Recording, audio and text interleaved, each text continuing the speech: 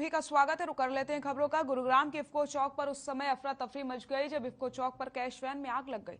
बताया जा रहा है कि कैश वैन को गुरुग्राम से दिल्ली ले जाया जा रहा था, जहां पर इस दौरान इफ्को चौक पहुंचते ही कैश वैन में आग लग गई। कड़ी मशक्कत के बाद आग पर काबू पाया गया। राहत की बात यह रही कि किसी तरीके से ड्राइवर ने कूदकर अपनी जान बचा ली। तो इन तस्वीरों को आप देख सकते हैं, कितनी भीषण आग ये कैश वैन में लगी है और ड्राइवर ने मुश्किल से अपनी जान बचाई। कड़ी मशक्कत के बाद आग पर काबू पाया गया।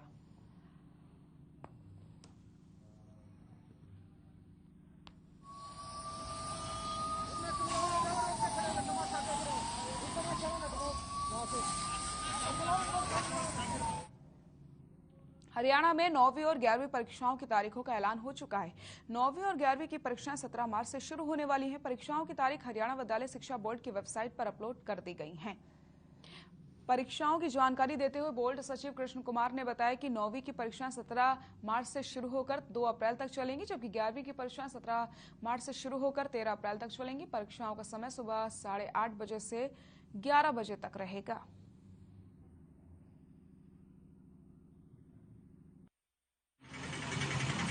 विद्यालय स्तर पर ली जाने वाली कक्षा 9वीं और 11वीं की परीक्षाएं 17 मार्च से आरंभ हो रही हैं। इनकी डेट शीट बोर्ड की वेबसाइट www.bsch.org.in पर उपलब्ध है।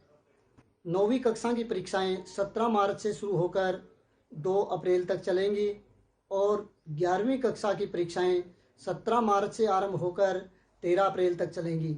ये परीक्षाएं एक ही सत्र में होंगी, सुबह 8:30 बजे से 11 बजे तक।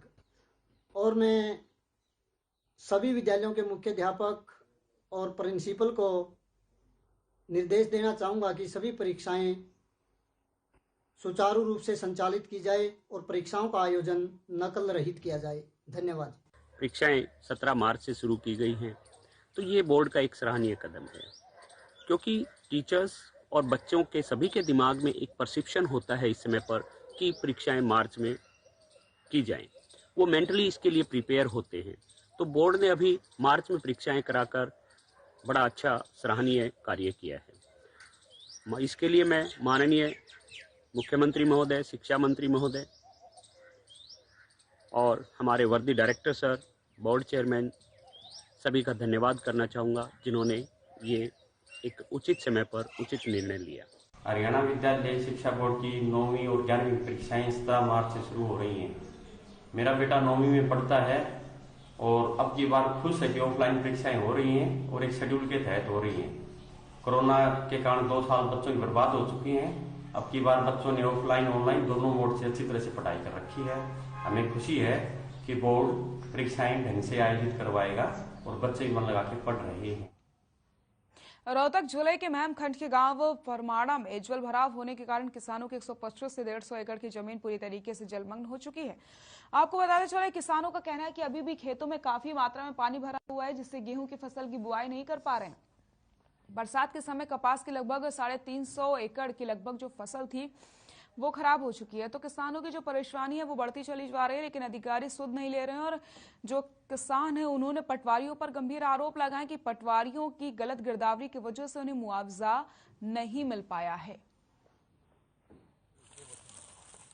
2-3 बार एसडीएम साहब के पास गए थे जी, हमारी पूरी गिरदावरी नहीं हो रही, गिरदावरी पूरी हो भी नहीं रही। आज इस भाई का खेत है यू नूका नूर यार, बाड़ी के पेडे खड़े हैं, आगे गेहूं भी नहीं हुआ हो रही। और ऐसे गेहूं बुआ होने की वजह से कई किले खाली रह रहे हैं जी। और फिर मुआवजा है जी, जो कर बाजरे के हैं, कोई भैया ऑनलाइन नहीं हुई तो वहीं भी रह रही हैं, उनका कोई नहीं चढ़ रहा। कुछ जगह सरसम बोन की थोड़ी दीवार सरसम भी पछेती थोड़ी थोड़ी है, एक बलायत की हुआ भी रही। अंबाला में सर्व कर्मचारी संघ के सदस्य मांगों को लेकर प्रदर्शन कर रहे हैं। दूसरे कर्मचारियों का भी सहयोग कर्मचारी संघ को मिल रहा है। पुलिस महकमे में कोका काम करने वाले कर्मचारी ने बताया कि पुलिस महकमे में कार्य करने वाले कर्मचारियों का काफी शोषण हो रहा है। 4th क्लास के कर्मचारी 24 घंटे ड्यूटी करते हैं। उन्होंने बताया कि डीसी रेट पर उन्हें रखा गया था और उन्हें अब तक पक्का नहीं किया गया है। 30 साल से वो लगातार नौकरी कर रहे हैं और उनकी सुनने वाला कोई नहीं है। तो प्रशासन पर शोषण के आरोप यहां पर कर्मचारियों ने लगाए हैं। अंबाला की ये तस्वीरें भी आपको हम दिखा रहे हैं। हाथ में तख्तियां लेकर के किस तरीके से प्रदर्शन करते नजर आ रहे हैं ये कर्मचारी, आप देख सकते हैं।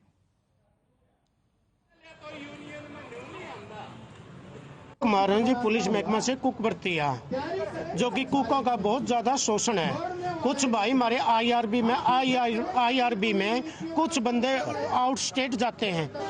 पुलिस को तो 13वीं तनख्वाह मिलती है, 5000 अलाउंस भी मिलता है। हमारे 4th क्लास को कुछ नहीं मिलता, क्योंकि वह 24 घंटे ड्यूटी करते हैं बाहर भी। उनको क्या मिलता है बेचारे को? कच्चा को पार्ट टाइम कच्चे डीसी रेट थे पहला डीसी रेट पर के बंदे थे जो कि कच्चे करे गए पार्ट टाइम पे, जो 30 साल हो गए ना पक्के कर दीजिए। डीएसपी 2 कुक ले रहे हैं, कोई भी कुक अलाउड नहीं इनको। हमारा इस विभाग में बहुत ज़्यादा शोषण हो रहा है। ना तो कोई ड्यूटी का टाइम टेबल है, कोई ड्यूटी का टाइम टेबल नहीं है। सुबह 6 बजे से लेकर रात को 9-10 बजे तक काम लिया जाता है। कोई सैटरडे संडे छुट्टी नहीं, कोई सरकारी छुट्टी नहीं, कोई भी। हमने जैसा हमारे जो CLEL होते हैं, मांगते हैं 5, देते हैं हमें 1, मुश्किल से, बहुत मुश्किल से। डीएसपी पहले तो मना कर देते हैं, एक बार में जाके मना कर देते हैं, फिर दूसरी बार कई बार रिक्वेस्ट करनी पड़ती है। उनका हमारे जो अधिकार है, जो हक हैं, उनके लिए भी हमें रिक्वेस्ट करनी पड़ती है उनसे। पलवल जिले की होटल पुलिस को बड़ी सफलता हाथ लगी। आपको बताते चले, यहां पर पुलिस ने एक हत्यारोपी को गिरफ्तार किया, जिसके ऊपर 5000 का इनाम है। फिलहाल पुलिस ने मामला दर्ज करके जांच पड़ताल शुरू कर दी है।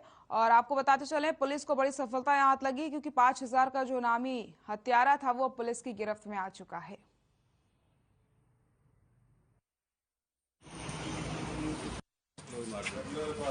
गांव गन्नी की पड़ता है, थाना चांदहाट में। और इसने पिछले साल 18 मार्च को एक मर्डर का मुकदमा दर्ज हुआ था, जिसमें केर सिंह नाम के व्यक्ति की हत्या कर दी गई थी। तो रात माननीय SP साहब के दिशा निर्देशानुसार नाइट डोमिनेशन की हम चेकिंग कर रहे थे, तो एक हमें मुखबिर ने सूचना दी कि राजकुमार जो आप अपने बच्चों को मिलने आ रहा है। तो हमने नाका लगा के नाकाबंदी करके एक राजस्थान नंबर की गाड़ी थी, डिजायर गाड़ी थी, तो उसको राउंड अप करके इसको काबू किया। डीजीपी जेल अकील मोहम्मद जुला जेल जागादरी का निरीक्षण करने पहुंचे। जेल का निरीक्षण करने के बाद डीजीपी पत्रकारों से रूबरू होते हुए उन्होंने कहा कि हरियाणा की जेलों में ऑडियो कॉल के साथ साथ अब वीडियो और कॉल की भी जो सुविधा है वो उपलब्ध करवाई जाएगी।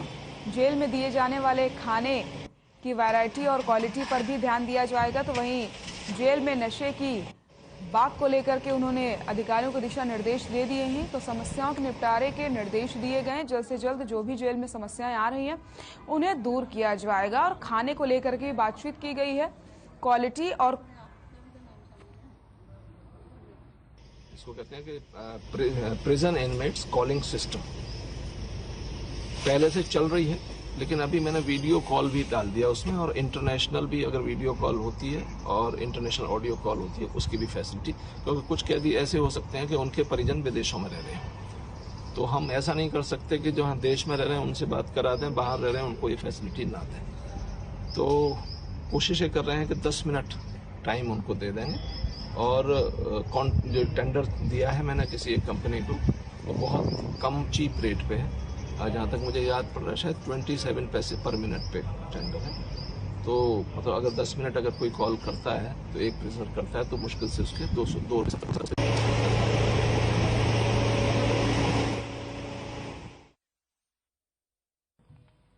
बुलेटिन में फिलहाल के लिए इतना ही। नमस्कार।